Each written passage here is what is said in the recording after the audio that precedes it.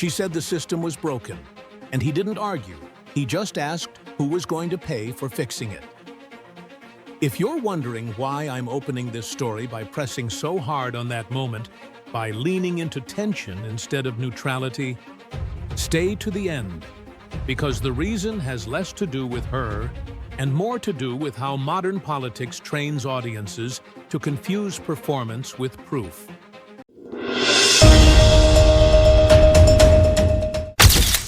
What unfolded in that hearing room was not a trial, not a takedown, and not a collapse of character, but a collision between two political operating systems that are both rational in their own ecosystems and deeply incompatible in the same space. The room itself did half the work before either of them spoke. It was overcrowded in that uniquely Washington way, where bodies press close, not because of scarcity, but because proximity to power still feels like relevance, and relevance still feels like influence. The air was warm enough to shorten tempers and dull patience, which matters more than people think, because political mistakes rarely come from ignorance alone. They come from fatigue, from confidence, and from assuming the room will behave the way it always has before.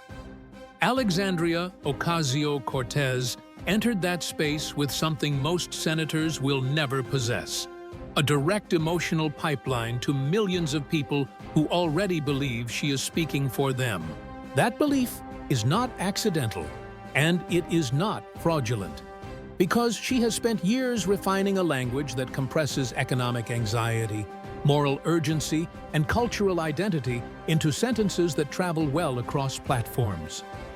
John Kennedy entered with something else entirely, not charisma in the modern sense, but procedural gravity, the kind that signals to institutional audiences that rules still matter even when the cameras pretend they don't. And here is my first unpopular opinion, which I will defend carefully. Neither of them was wrong to show up the way they did. They were doing exactly what their incentives trained them to do, and the danger comes when viewers mistake incentive alignment for moral alignment. When AOC speaks about working families, rent pressure, and inequality, she is not fabricating those realities, she is selecting which ones to foreground, because selection is power in a media environment that rewards clarity over completeness. When Kennedy listens without interrupting, flipping pages instead of tweeting, he is not being passive, he is slowing the tempo, because control over tempo is power in a setting governed by procedure. That difference matters, because the audience tends to assign virtue to the speaker who feels more relatable, while the institution assigns authority to the speaker who feels more prepared. And this hearing was never about persuading each other. It was about persuading everyone else watching. The left side of the room responded first, not because they were naive, but because affirmation is a social signal, and social signals reinforce group cohesion. Applause in that context is not agreement. It is reassurance. Reassurance that the narrative still holds, that the champion still sounds like the champion. The right side of the room stayed quiet, and that silence wasn't respect or disdain. It was anticipation, because people who operate inside rules tend to wait for the rules to matter. This is where the misinterpretation usually begins. Supporters of AOC often assume that any challenge to her framing must be rooted in hostility, sexism, or generational resentment. And sometimes they are right, because those dynamics do exist. Supporters of Kennedy often assume that calm questioning equals intellectual superiority, which is not always true, because calm can be a style choice, not a measure of truth. But the hearing exposed something more uncomfortable than either camp wants to admit. It exposed how easily moral language can float above numbers without touching them, and how easily numbers can flatten human stories without absorbing them. AOC's strength is that she forces abstract systems to feel personal. Her vulnerability is that once a symbol contradicts that moral framing, the symbol does more damage than 1,000 policy papers ever could. Kennedy's strength is that he treats definitions like boundaries, and boundaries like leverage. His vulnerability is that this approach can sound condescending, even when it is technically accurate, especially to audiences already primed to distrust institutions. That tension is not accidental, it is structural. Modern progressive politics depends on speed, because speed outruns counter-argument. Institutional conservatism depends on delay, because delay creates space for scrutiny. Neither approach is inherently noble, and neither is inherently cynical. They are tools, and tools do not care about your intentions. They care about how you use them. When Kennedy began asking questions, what unsettled the room was not hostility, but asymmetry. He was not trying to defeat her values, he was narrowing the scope until values alone could not answer. And when AOC responded, what frustrated her supporters was not that she lacked intelligence, but that the room was no longer behaving like a rally, where moral clarity is enough. This is where people ask the wrong question. They ask, who won? That question flatters the spectacle. The better question is, who was playing the game the room was designed for? Because the Senate hearing room is not designed for emotional mobilization. It is designed for documentation, definition, and incremental dismantling of claims that cannot be substantiated on the record. That does not make it morally superior. It makes it procedurally hostile to anyone whose power depends on narrative velocity. And this is why I don't frame this as a humiliation story. I frame it as a misalignment story. AOC showed up to persuade the public. Kennedy showed up to constrain the record. Both succeeded, and both paid a price. The public saw conviction. The record saw friction. And friction is where political myths start to crack. If you felt uncomfortable watching it, that discomfort is the point. Because American politics is increasingly split between those who believe truth emerges from lived experience and those who believe truth emerges from verification. Neither side has fully solved how to reconcile those claims without tearing the other apart. That hearing didn't resolve that conflict. It exposed it. And that exposure is why the clip traveled, why people argued about it, why nobody quite knew how to categorize what they'd seen. Not a scandal, not a triumph. A warning. Good, because this is where the story actually gets uncomfortable, and discomfort is usually where people stop watching unless you force them to sit with it. What most viewers thought they were witnessing in that room was an ideological clash. Progressive versus conservative, youth versus age, emotion versus calculation. But that framing is too simple and honestly too flattering to everyone involved. What was really happening was a collision between two languages of power that do not translate, even when both speakers are technically speaking English. Alexandria Ocasio-Cortez speaks the language of moral compression, a language designed to take diffuse structural problems and collapse them into human urgency, because urgency is what moves people to donate, share, vote, and show up. John Kennedy speaks the language of institutional narrowing, a language designed to take expansive moral claims and force them through procedural bottlenecks, because bottlenecks are where ambition slows down and accountability begins. Neither language is fake, but neither language is neutral. The mistake audiences make is assuming one of them is more honest by default, when in reality they are optimized for entirely different environments. AOC's language evolved in spaces where attention is scarce and outrage is currency, where the first 10 seconds determine whether anyone hears the next 10 minutes, and where emotional clarity is rewarded more consistently than technical precision.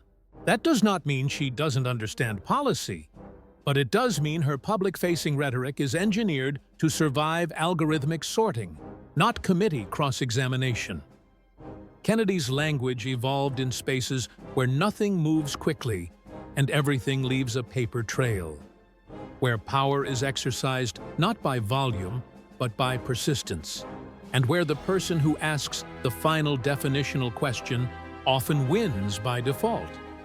That does not mean he is always right, but it does mean he is playing a game where patience is a weapon. The hearing room amplifies that difference. When AOC speaks, she builds momentum by stacking moral claims that feel intuitively true to people who already experience economic stress, and that momentum carries her through applause and affirmation. When Kennedy responds, he does not try to counter the moral premise directly, because that would elevate it. Instead, he isolates specific claims and asks what they mean operationally, because operational meaning is where narratives lose altitude. This is why people often say conservatives talk past progressives and progressives talk over conservatives, when the real issue is that they are aiming at different audiences with different expectations. AOC is speaking to people who want to feel seen before they want to feel convinced. Kennedy is speaking to people who want to see proof before they allow themselves to feel anything at all. That gap is not accidental, and it is not easily bridged.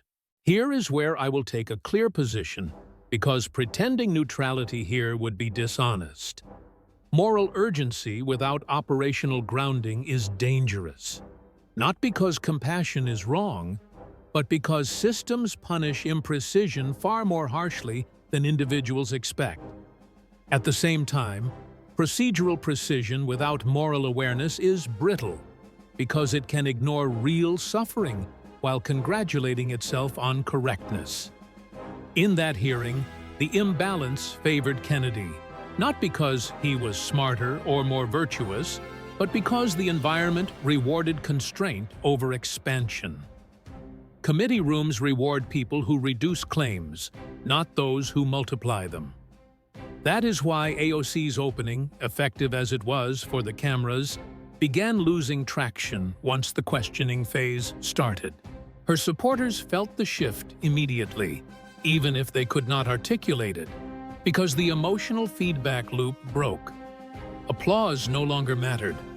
What mattered was definition. Kennedy's questions were not designed to humiliate, despite how they were later framed online. They were designed to do something more subtle, to reframe the debate from "what should we want" to "so, what does this require?" That shift sounds technical, but it is existential in policy terms. Because once you ask what something requires, you implicitly ask who pays, who administers, who enforces, and who absorbs the risk when assumptions fail. Those are not abstract questions, and they are not ideological. They are mechanical. This is where AOC's political vulnerability emerges, not as a flaw of intelligence, but as a consequence of role. She is a movement amplifier first, and a policy technician second, because that is how she built influence. And influence is a prerequisite for shaping outcomes in a crowded political ecosystem. Kennedy, by contrast, is a constraint enforcer, someone whose power comes from slowing things down and forcing specificity, because specificity exposes trade-offs. Trade-offs are toxic to movements. Movements survive on clarity, not caveats.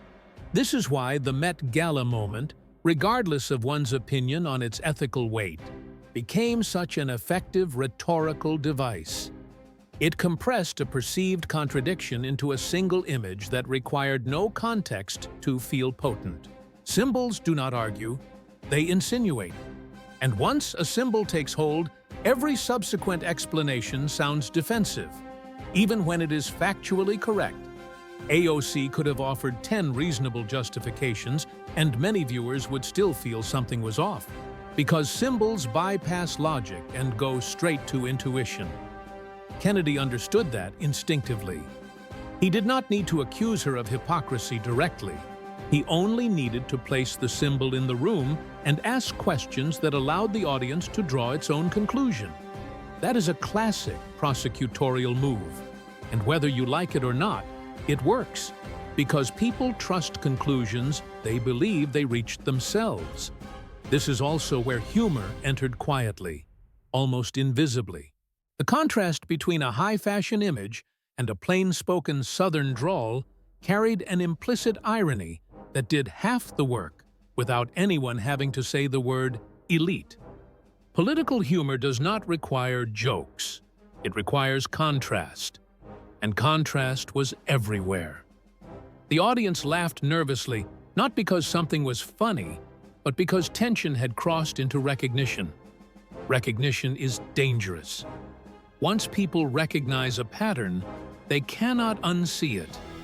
This does not mean AOC was exposed as a fraud, despite how some commentators framed it. It means her symbolic positioning clashed with her rhetorical positioning in a way that the hearing room magnified. That clash is not unique to her. It happens to every politician who tries to inhabit both moral outsider status and institutional insider status at the same time. The higher you climb, the harder it is to maintain the posture of rebellion without inviting scrutiny. This is where Kennedy's age mattered, not as a weakness, but as a narrative foil. Age signals familiarity with systems, and familiarity reads as authority in rooms governed by rules. Youth signals urgency and disruption, which reads as threat in those same rooms. Neither signal is inherently truthful, but audiences interpret them predictably. The hearing exposed how differently these signals perform depending on context. On social media, AOC's style dominates. In committee, Kennedy's does. That does not mean one should replace the other. It means pretending they are interchangeable is a mistake. Here is a question that rarely gets asked, and when it does, it makes everyone uncomfortable. What happens when a politician is excellent at identifying moral problems, but less effective at designing implementable solutions, and is still rewarded with more power? The inverse question is just as troubling. What happens when a politician is excellent at dismantling proposals, but offers little vision beyond restraint, and is still rewarded with authority? Both dynamics exist in American politics, and both can stall progress in different ways. The hearing did not answer those questions. It dramatized them. And that dramatization is why the clip did not fade. People were not watching for information. They were watching for orientation. They wanted to know which style of power still worked. The answer, uncomfortable as it may be, is that both work, but only in their native environments. When removed from those environments, they expose each other's weaknesses. AOC exposed how emotionally disconnected institutional politics can feel. Kennedy exposed how emotionally driven politics can collapse under sustained scrutiny. Neither exposure was fatal. Both were instructive. If there is something to criticize AOC for here, it is not hypocrisy or ignorance. It is strategic overconfidence, the assumption that moral clarity would override procedural skepticism. If there is something to criticize Kennedy for, it is not cruelty or bad faith. It is selective empathy, the tendency to treat human stories as illustrative rather than central. The audience sensed this imbalance intuitively, which is why reactions split so cleanly along pre-existing lines. Supporters of AOC saw dismissal. Supporters of Kennedy saw discipline.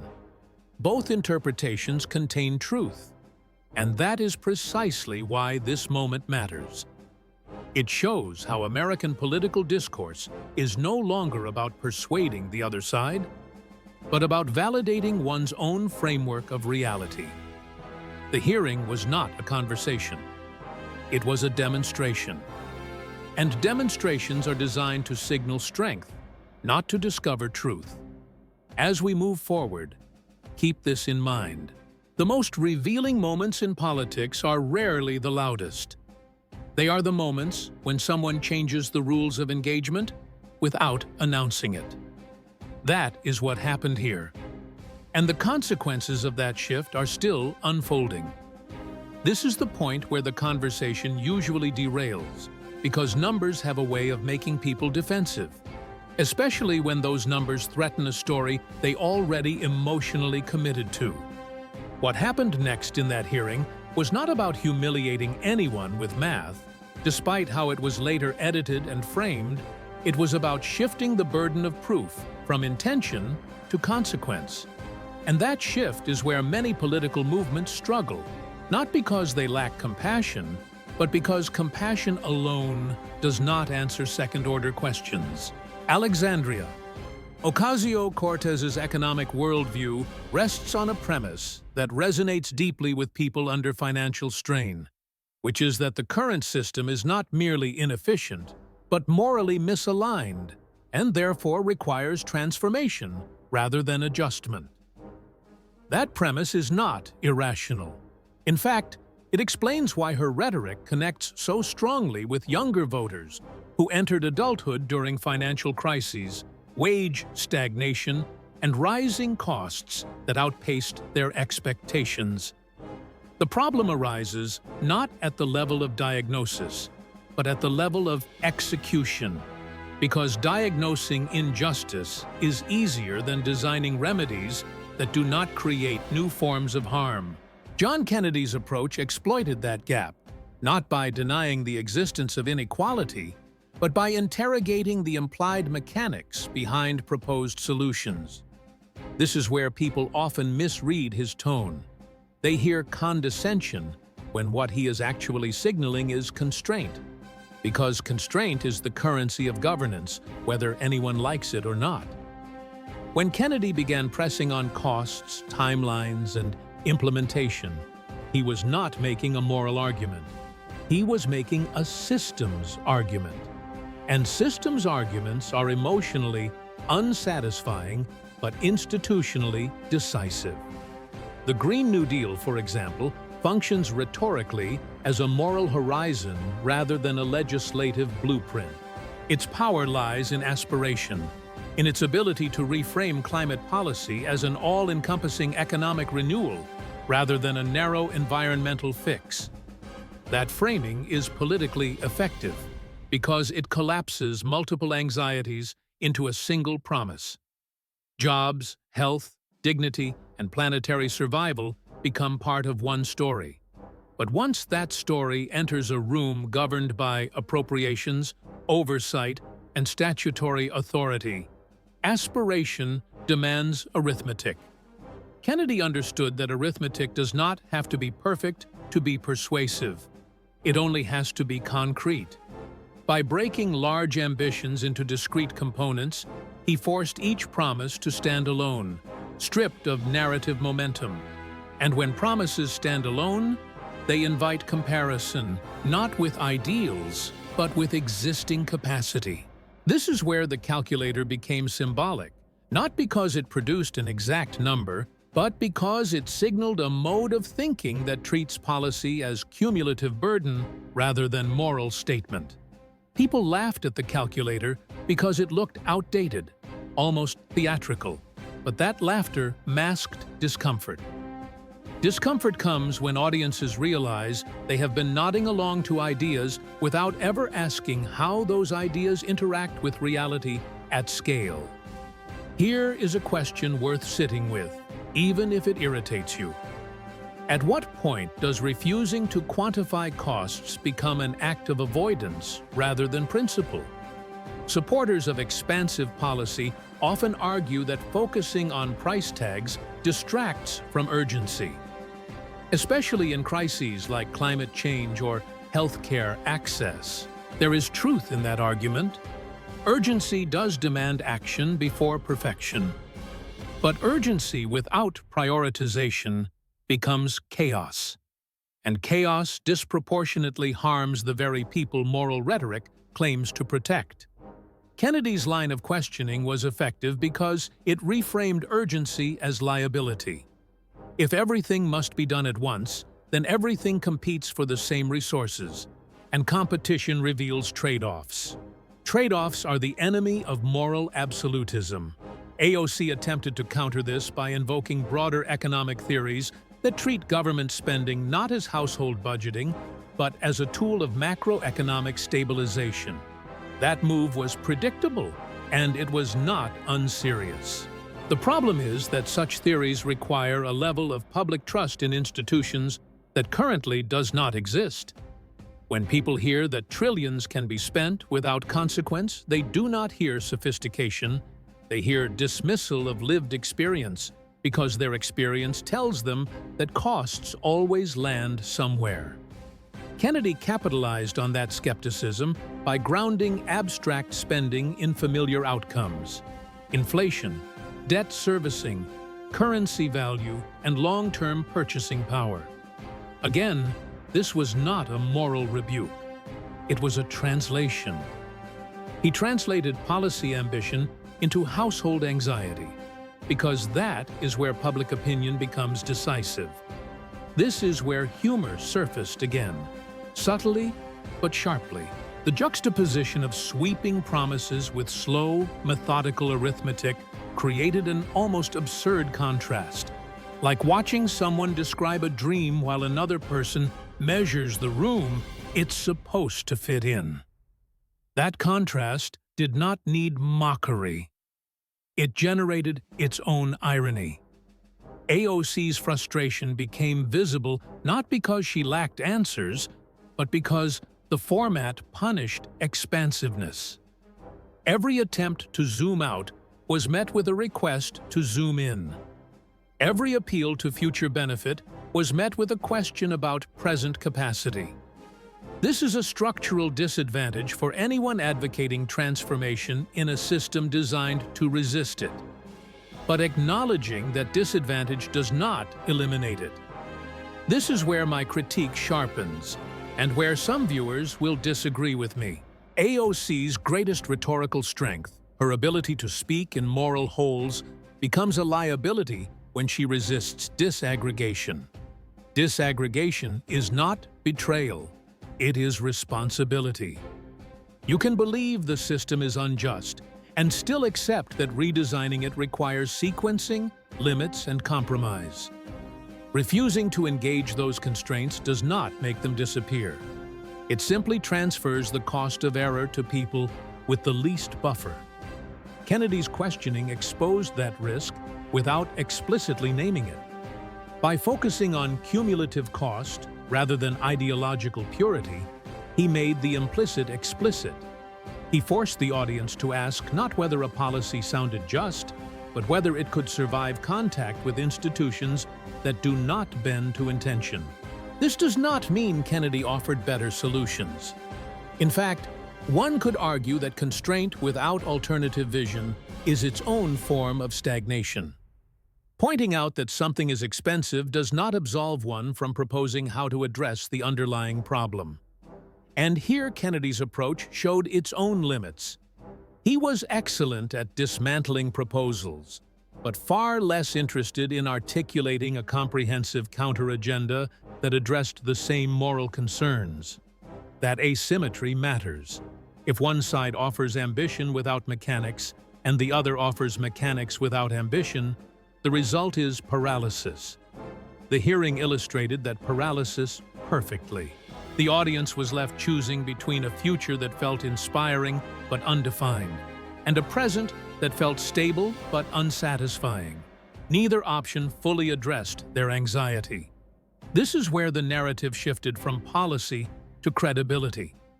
Once the discussion moved into definitions of employment, labor metrics, and statistical interpretation, the debate ceased to be about values and became about competence. Competence is a dangerous battleground for movement politicians because movements thrive on clarity of purpose, not technical mastery.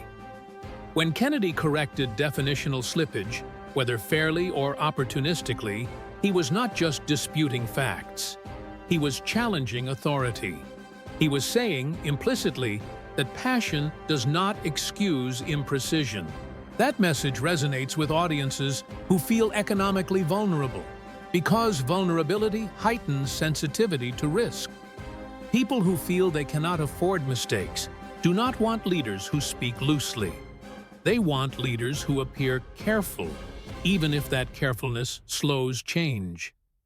This is why moments like this reverberate beyond partisan lines. They tap into a deeper tension between speed and safety. AOC represents speed. Kennedy represents safety. Both are incomplete, but in a room designed to assess feasibility, safety almost always wins. Here is another uncomfortable question. If a policy fails because it was underspecified, does the moral righteousness of its intent mitigate the harm it causes? There is no easy answer, but democratic systems do not grade on intent. They grade on outcome. That reality is unforgiving, and it does not care how many followers you have or how pure your motivation feels. The hearing forced that reality into view. It did not destroy anyone. It clarified stakes.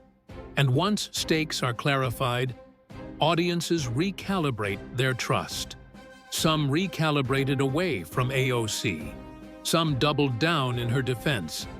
But very few remained unchanged. That is the mark of a consequential moment. Not spectacle, but reorientation. As the questioning continued, the pattern became unmistakable.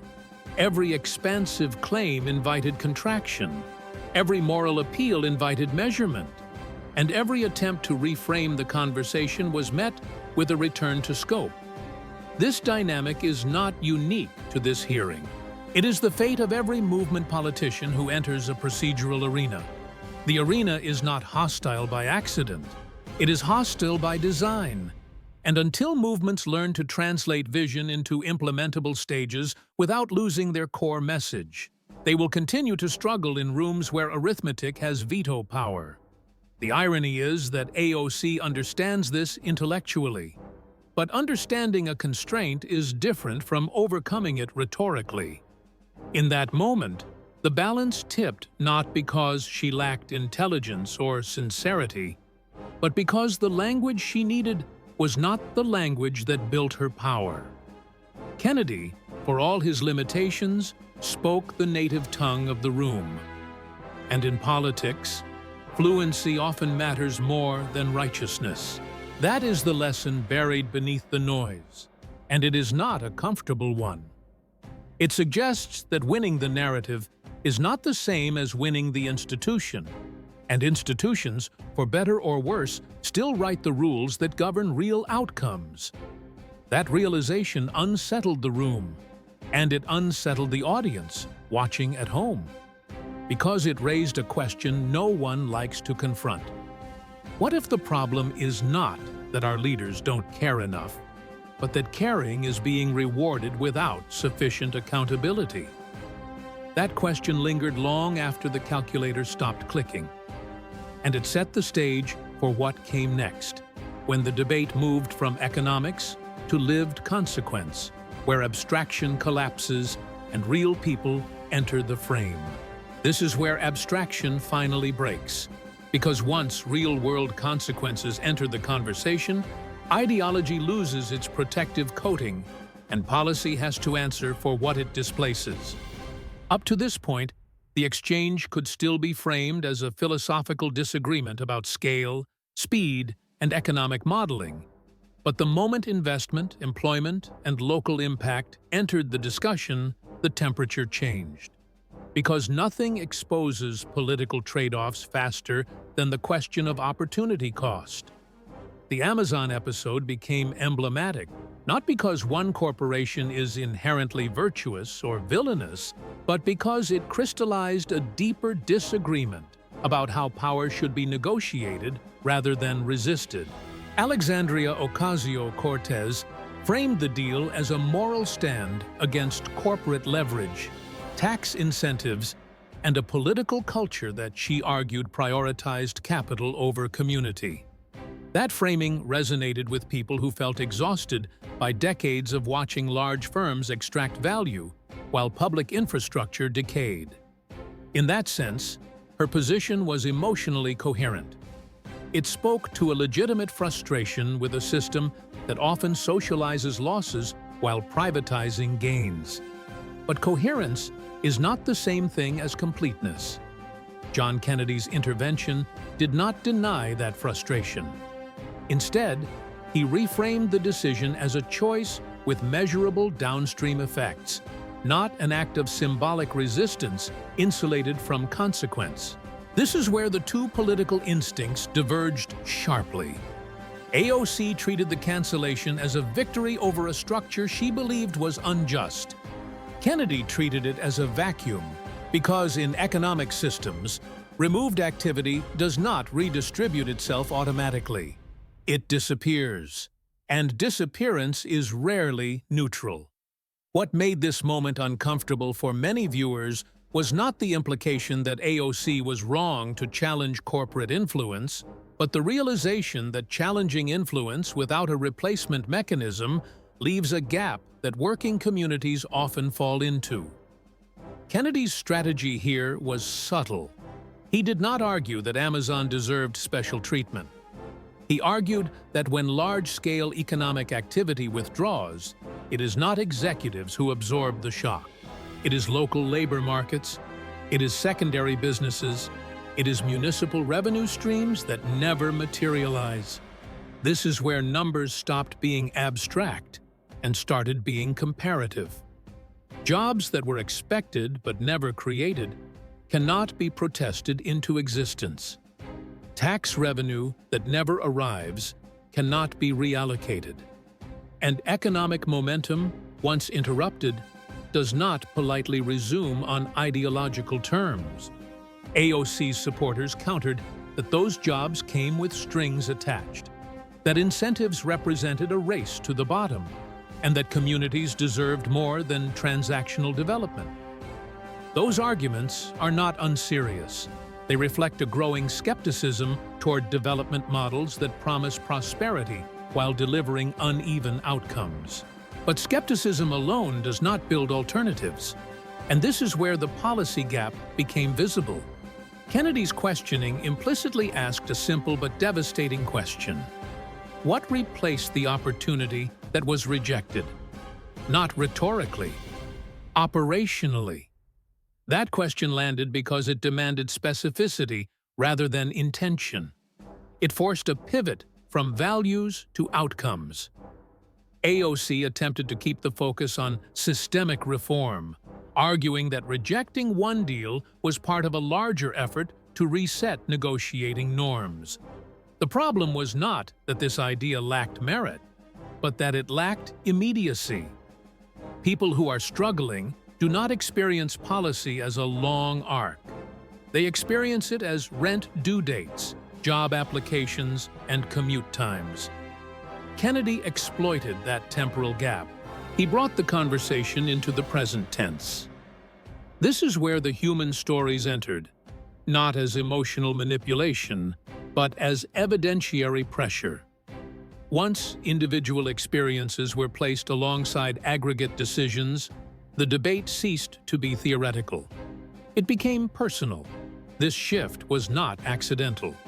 It reflected a broader conservative tactic of grounding policy critique in localized consequence rather than ideological contest.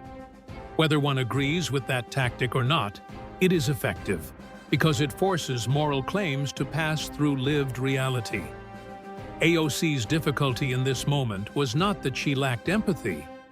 It was that her framework prioritized structural critique over transitional harm. Transitional harm is politically inconvenient because it complicates moral clarity. If you acknowledge that some people will suffer in the short term for a long-term correction, you invite scrutiny about who bears that burden and whether they consented to it. That scrutiny is uncomfortable, especially for politicians whose brand rests on protecting the vulnerable. Kennedy's approach magnified that discomfort by refusing to let the conversation remain abstract. He treated every canceled investment not as a statement, but as a subtraction. And subtraction is easier to visualize than hypothetical future gains. This is where humor surfaced again, darker and quieter than before. Not jokes, but irony. The irony of celebrating resistance while quietly absorbing loss. The irony of denouncing inequality while narrowing opportunity. These ironies did not require exaggeration. They existed in the structure of the argument itself. AOC's supporters bristled at this framing, arguing that it reduced complex moral decisions to accounting exercises. They were right, but incomplete. Because accounting exercises are how governments determine capacity. Ignoring them does not make systems more humane. It makes them brittle. Here is where I will push further, because this is the uncomfortable center of the debate. Symbolic victories feel empowering, but they are expensive. They cost political capital. They cost time. They cost trust with stakeholders who may never return to the table. That does not mean symbols are worthless. They are often necessary to reset norms, but symbols without strategy tend to satisfy audiences rather than solve problems. Kennedy understood this dynamic and leaned into it. He did not need to defend Amazon. He needed to defend arithmetic. By framing the canceled deal as lost momentum rather than moral triumph, he repositioned the conversation around responsibility rather than resistance. This mattered because it reframed who bore the burden of proof. Instead of asking corporations to justify their demands, he asked policymakers to justify the absence of alternatives. That is a harder question to answer. AOC's response attempted to broaden the scope again, invoking broader investment in public goods and long-term economic transformation. Once more, the idea was not wrong, but it was not operationally tethered to the specific vacuum created. And vacuums do not wait. They fill with stagnation. This is where audience perception shifted decisively. Not because people suddenly sided with corporate power, but because they sensed that one side was describing a destination while the other was pointing at the roadblocks between here and there. In politics, people will tolerate detours if they believe the guide understands the terrain. Kennedy projected that understanding. AOC projected conviction. Both are valuable. But in that moment, conviction without navigation felt insufficient. The hearing exposed a broader pattern in progressive politics that critics often exploit. The emphasis on dismantling flawed systems sometimes outpaces the construction of viable replacements. When that happens, opponents do not need to argue against ideals. They simply highlight absence. And absence is harder to defend than imperfection. This does not mean AOC's vision lacked merit. It means the forum was hostile to vision unaccompanied by scaffolding. Kennedy's questions were not neutral. They were selective. He did not explore scenarios where public investment successfully replaced private capital. He did not interrogate alternative development models in good faith. He chose examples that reinforced caution rather than imagination. That selectivity deserves critique. But critique does not negate effect. Effect is what matters politically. The effect was to reposition the debate from aspiration to accountability. Once that repositioning occurred, every subsequent exchange was filtered through a different lens. The audience was no longer asking whether corporate power should be challenged. They were asking who paid when it was. That shift is devastating for movement rhetoric, because movements rely on moral binaries. Kennedy dissolved the binary by introducing trade-offs. Trade-offs muddy heroes. They complicate villains. They force prioritization. This is why partisans on both sides struggled to articulate what they felt watching this unfold. It was not triumph or defeat. It was disorientation. Disorientation occurs when familiar narratives no longer map cleanly onto reality. AOC's moral narrative collided with a procedural narrative that refused to yield. Kennedy's procedural narrative collided with a moral urgency it did not fully absorb. Neither side fully satisfied the other's standards. But one side controlled the frame. And frames decide memory. What lingered after the hearing was not a slogan or a statistic. It was a question. What happens when you win a symbolic fight but lose a material one? That question does not have an easy answer. It depends on time horizons, on substitution effects, on political will, but it cannot be ignored. The hearing forced that reckoning, and once reckoning begins, politics stops being theatrical and starts being consequential. That transition unsettled everyone in the room, because consequence is where rhetoric meets responsibility, and responsibility is heavier than applause. As the exchange moved forward, the focus shifted again, away from investment and toward enforcement, security, and the contradictions of power, where personal protection meets public policy, and where ideals collide with lived reality in ways that no amount of branding can smooth over. That shift would expose a different kind of vulnerability, not economic, psychological. And that is where the debate turned from what we build to what we guard, and who we believe deserves protection. This is the moment where the conversation stopped being about money and started being about fear. And fear is always more revealing than spreadsheets.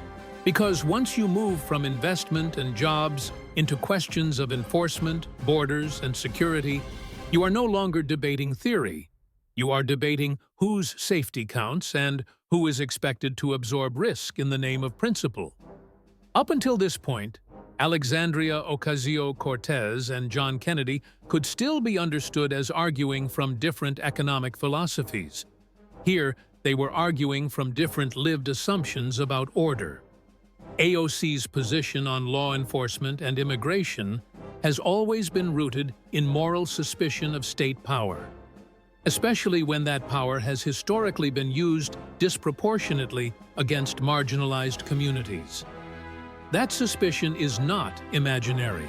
It comes from real patterns of abuse, selective enforcement, and institutional failure that have left deep scars, particularly in immigrant and minority neighborhoods. When she criticizes agencies or calls for radical reform, she is not doing it casually. She is channeling a long-standing progressive belief that unchecked enforcement becomes oppression faster than people admit. But suspicion of power, when elevated into a governing principle, creates a paradox. Because while distrust can motivate reform, it cannot replace function. And function is what institutions exist to provide, even when they do so imperfectly. John Kennedy understood this paradox intuitively. Rather than defending enforcement agencies as morally flawless, he defended them as necessary instruments in a world that does not pause while theory catches up. His framing was not that law enforcement is good, but that absence of enforcement creates its own hierarchy of harm. This is where the tension sharpened. AOC spoke about families separated, about trauma inflicted by the state, about moral lines that should not be crossed even in the name of order. Kennedy responded by narrowing the lens, focusing on specific categories of crime, specific threats, and specific victims. This narrowing was deliberate. By forcing the discussion into concrete cases, he reframed enforcement not as abstraction, but as triage. Triage is uncomfortable because it admits that not everyone can be protected equally at all times. It forces prioritization, and prioritization is where ideals start colliding with consequences. AOC's rhetoric treated enforcement failures as systemic injustice. Kennedy's rhetoric treated enforcement absence as systemic vulnerability. Both perspectives contain truth. The conflict emerges because truth is being applied at different levels of analysis. AOC speaks at the level of moral architecture. Kennedy speaks at the level of operational failure. The audience felt the shift immediately, because the stakes felt closer. Crime, border control, and public safety are not distant policy debates for most people. They are proximate anxieties. They are the reason doors get locked, routes get changed, and neighborhoods get labeled in ways that never fully fade. This is where Kennedy's questioning turned personal, not by attacking character, but by highlighting contradiction. He did not accuse AOC of hypocrisy outright. He let the implication form. If enforcement is illegitimate, why rely on it privately? If borders are arbitrary, why secure personal space? If authority is inherently suspect, why expect protection when threatened? These questions are not traps. They are mirrors. And mirrors are hard to argue with, because they reflect, rather than accuse. AOC bristled at this line of inquiry, and understandably so. From her perspective, the comparison felt unfair, even insulting, because personal safety measures are not equivalent to national policy. That argument has merit. Individual behavior cannot be cleanly mapped onto systemic design. But politics is not a courtroom of philosophical nuance. It is a theater of perceived consistency, and perceived inconsistency erodes trust faster than bad data ever could. Kennedy exploited that reality without ever having to raise his voice. The room felt heavier, because now the debate was no longer about hypothetical futures. It was about present fears.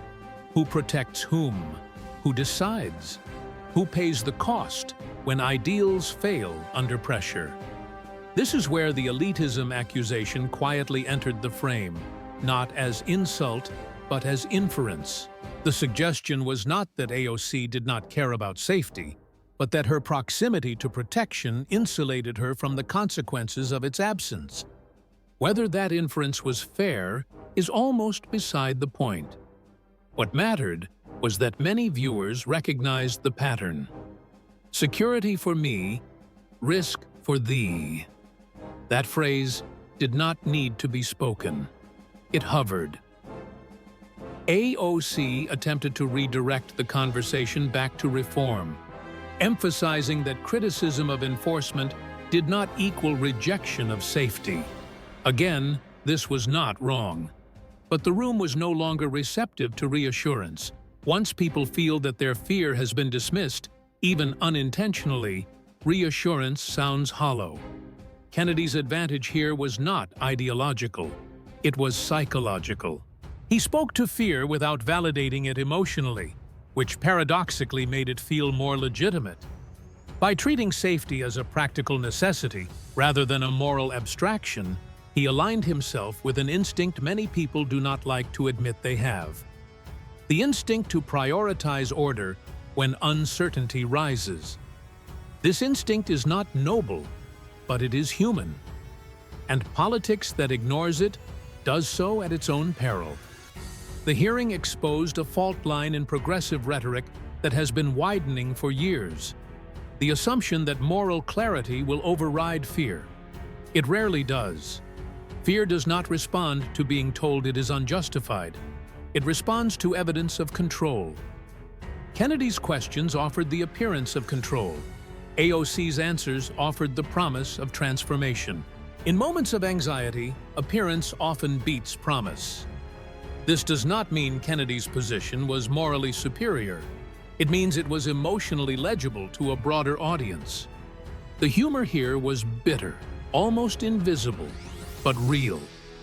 The irony of debating enforcement inside one of the most secured buildings in the country did not go unnoticed. The irony of invoking abolition while surrounded by layers of protection lingered in the room. No one laughed. They didn't need to. The contradiction did the work. This section of the exchange revealed something deeper than policy disagreement. It revealed competing theories of trust. AOC's politics rests on the belief that people given fairness and dignity, will largely self-regulate toward justice. Kennedy's politics rests on the belief that systems, given clarity and enforcement, prevent worst-case outcomes even when trust is thin. Neither theory is complete. Societies require both trust and enforcement. The danger arises when one is elevated to the exclusion of the other. The hearing did not resolve this tension. It surfaced it, and in surfacing it, it forced viewers to confront their own assumptions. Do you trust people more than systems? Do you fear power more than disorder? Do you believe harm comes primarily from excess control or from absence of it? These are not academic questions. They shape how you interpret every policy debate that follows. As the exchange moved forward, it became clear that the disagreement was no longer about specific agencies or practices. It was about worldview. AOC represented a politics of moral suspicion toward authority. Kennedy represented a politics of pragmatic acceptance of imperfect authority. The room favored the latter, not because it was kinder, but because it felt stabilizing. Stability is undervalued until it is threatened. Then it becomes everything. This realization shifted the emotional center of gravity. Even some who sympathized with AOC's critique felt a quiet unease. Not disagreement, unease. And unease is the beginning of doubt. Doubt does not mean rejection. It means recalibration. The hearing recalibrated how many viewers understood progressive calls for reform. It did not discredit them. It contextualized them against fear, contradiction, and the psychology of safety. That is why this section mattered more than any statistic. It touched something primal, the need to feel protected, even by systems we criticize. And once that need is exposed, rhetoric alone cannot satisfy it. As the discussion edged toward its conclusion, the room was no longer polarized along partisan lines. It was divided along experiential ones. Those who felt exposed by disorder. Those who felt constrained by authority. Both groups saw themselves in the exchange, and both left with questions that applause could not answer. The final moments would not be about winning or losing. They would be about reckoning, about whether conviction, experience, or humility ultimately earns trust in a system stretched thin. And that reckoning would echo far beyond the hearing room into how each figure would be remembered, not as caricatures, but as embodiments of a deeper national tension that refuses to resolve cleanly. What lingered after the room emptied was not applause, not outrage, and not even certainty, but a quiet recalibration of expectations, the kind that happens when spectacle gives way to memory. Because the most consequential political moments are rarely the ones that feel explosive in real time. They are the ones that settle slowly, reshaping how people interpret future arguments without announcing themselves. This was one of those moments. Not because Alexandria Ocasio-Cortez was defeated and not because John Kennedy won, but because the exchange clarified something many viewers had sensed but not yet articulated. That American politics is no longer a contest between ideas alone, but a contest between different definitions of responsibility. AOC left that room carrying the weight of expectation that had built around her for years. Expectation that moral clarity would translate seamlessly into institutional leverage. Expectation that urgency would outrun skepticism. Expectation that the force of conviction could compensate for the friction of governance. Those expectations were not invented by her critics. They were created by her supporters, by media ecosystems that reward emotional fluency, and by a political moment hungry for certainty in the face of instability. John Kennedy left that room carrying something different. Not admiration in the traditional sense, but validation. Validation that procedural fluency still mattered. Validation that patience, could still overpower momentum. Validation that institutions, for all their flaws, still privilege those who speak their language. Neither outcome is clean, neither is morally satisfying. But both are real. The public reaction that followed revealed something deeper than partisanship. Supporters of AOC framed the moment as emblematic of systemic dismissal, another example of how institutions protect themselves by condescension and gatekeeping. Supporters of Kennedy framed it as proof that experience, discipline, and preparation still matter in a culture drifting toward theatrics. Both narratives gained traction because both touched something true. What most commentary missed, however, was the cost. Because clarity often comes at a price. For AOC, the price was the loss of narrative control in a space not designed for moral performance. Her style, so effective at mobilizing outrage and solidarity, faltered when asked to slow down and submit to disaggregation. That does not make her vision illegitimate. It makes it incomplete. For Kennedy, the price was exposure as well. Exposure of a politics that excels at critique but struggles to inspire. A politics that manages risk well but rarely imagines possibility. A politics that reassures without transforming. The hearing forced both into sharper relief, and in doing so, it revealed why American political discourse feels stuck. One side offers ambition without enough scaffolding. The other offers scaffolding without enough ambition. Voters are asked to choose between hope and caution, when what they want is competence with courage. The aftermath proved that this was not merely a viral moment. Educational institutions dissected it. Commentators recycled it. Campaigns referenced it obliquely. But the most telling response came not from elites, but from ordinary viewers who expressed a shared frustration. They were tired of being asked to cheer.